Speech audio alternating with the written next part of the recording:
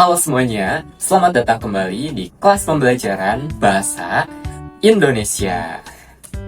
Pada pertemuan kali ini, kita akan membahas apa tuh? Ya, betul sekali, membahas teks prosedur. Namun, sebelum kita masuk ke materi pertemuan kali ini, coba pikirkan sebentar. Sudah tahu belum teks prosedur itu teks yang seperti apa ya? Mungkin banyak yang sering mendengar istilahnya, tetapi belum tentu memahami isinya. Untuk itu, yuk simak video ini baik-baik, karena sebentar lagi saya akan menjelaskan apa itu teks prosedur. Dalam kehidupan sehari-hari, teks prosedur sebenarnya sangat dekat dengan kita loh. Kita sering menggunakannya tanpa sadar, terutama ketika membutuhkan petunjuk agar dapat melakukan sesuatu secara tepat. Misalnya, saat memasak mie instan. Bentar, saya ambil dulu mie instannya. Ada tip. Nah, kita tinggal mengikuti cara penyajian yang ada di bagian belakang bungkusnya. Nah, ini dia. Nah, petunjuk inilah yang merupakan salah satu contoh dari teks prosedur loh. Mengapa ini bisa dikatakan sebagai teks prosedur ya? Pasti kalian penasaran. Yuk, kita bahas secara bersama. Anak-anak, teks prosedur adalah teks yang berisi petunjuk, panduan, atau instruksi untuk melakukan sesuatu. Teks ini membantu kita memahami dan mengerjakan suatu hal melalui langkah-langkah yang benar. Tujuan utama dari teks prosedur ini apa ya? Tujuan utama teks prosedur adalah memberikan penjelasan mengenai kegiatan yang harus dilakukan agar pembaca maupun pemirsa dapat mengikuti proses secara tepat dan akurat, baik itu ketika membuat sesuatu, menggunakan alat, ataupun melakukan aktivitas tertentu. Lalu, seperti halnya teks lain, teks prosedur pula memiliki struktur pembangun yang memudahkan penyusunannya. Yuk kita bahas strukturnya. Nah, struktur dari teks prosedur berupa pendahuluan atau tujuan. Nah, bagian ini berisi pengantar topik atau alasan dibuatnya teks. Di dalamnya dijelaskan tujuan atau hasil akhir yang akan dicapai apabila langkah-langkah diikuti dengan benar. Lalu, yang kedua, informasi peralatan dan bahan. Bagian ini menyebutkan alat dan bahan yang dibutuhkan agar kegiatan dapat dilakukan tanpa hambatan. Lalu yang ketiga, bagian ini merupakan inti dari teks prosedur. Di sini terdapat urutan kegiatan yang harus dilakukan secara runtun. Cara, waktu, dan bahan yang diperlukan dijelaskan dengan jelas agar hasil sesuai dengan tujuan.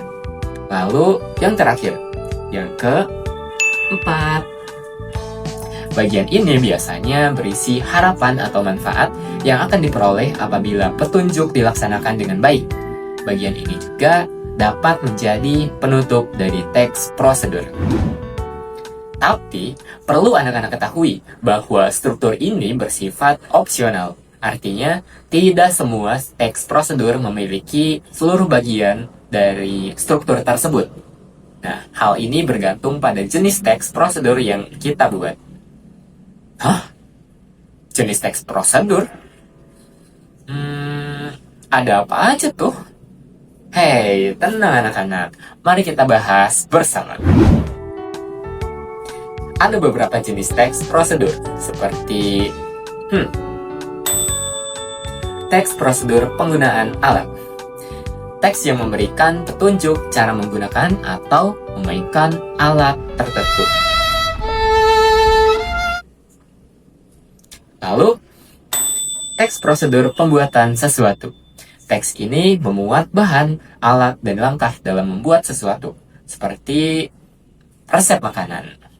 Lalu, teks prosedur melakukan kegiatan. teks ini berisi petunjuk untuk melakukan aktivitas seperti cara menari atau melakukan gerakan senam.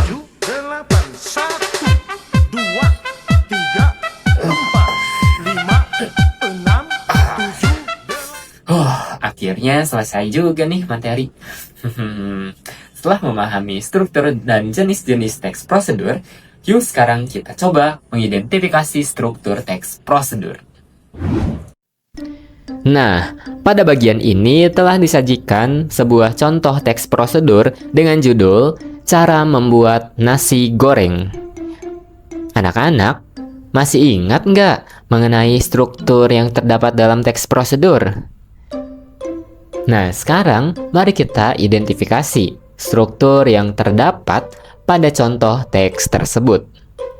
Yang pertama, bagian pendahuluan atau tujuan. Itu dapat ditemukan pada bagian ini ya, karena memaparkan pengenalan tentang nasi goreng yang akan dibuat. Selanjutnya, struktur informasi alat dan bahan ada di mana ya? Betul sekali, ada di bagian ini, sebab di bagian tersebut dijelaskan bahan-bahan yang diperlukan untuk membuat nasi goreng. Kemudian, struktur langkah-langkah ada di mana ya?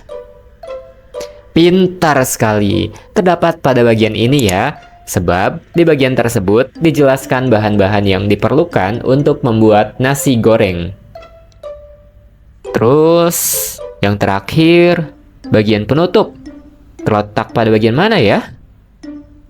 Nah, di sini ya anak-anak, bagian ini memang tampak terselip di antara langkah-langkah ya. Nah, bagus sekali ya anak-anak, kalian sudah mampu mengidentifikasi struktur dalam teks prosedur tersebut.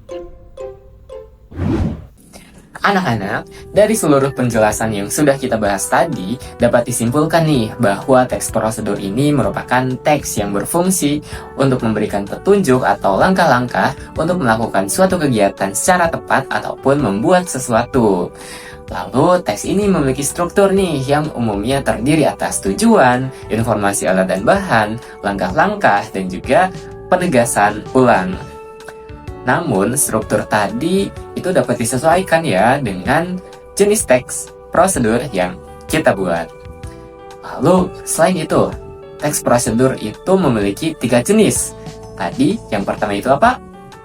Betul sekali, teks prosedur penggunaan alat. Lalu yang kedua, pembuatan sesuatu. Dan yang ketiga, pelaksanaan sebuah kegiatan. Nah, anak-anak, dengan memahami struktur dan juga jenis teks prosedur tersebut, nantinya anak-anak dapat menyusun dan juga menganalisis teks prosedur dengan lebih tepat dan juga lebih benar dan lebih mudah ya. Dan semoga apa yang sudah kita bahas bisa bermanfaat untuk kita semua. Sampai jumpa di kelas pembelajaran bahasa Indonesia selanjutnya. Kalian tetap semangat ya belajarnya. Sampai jumpa lagi.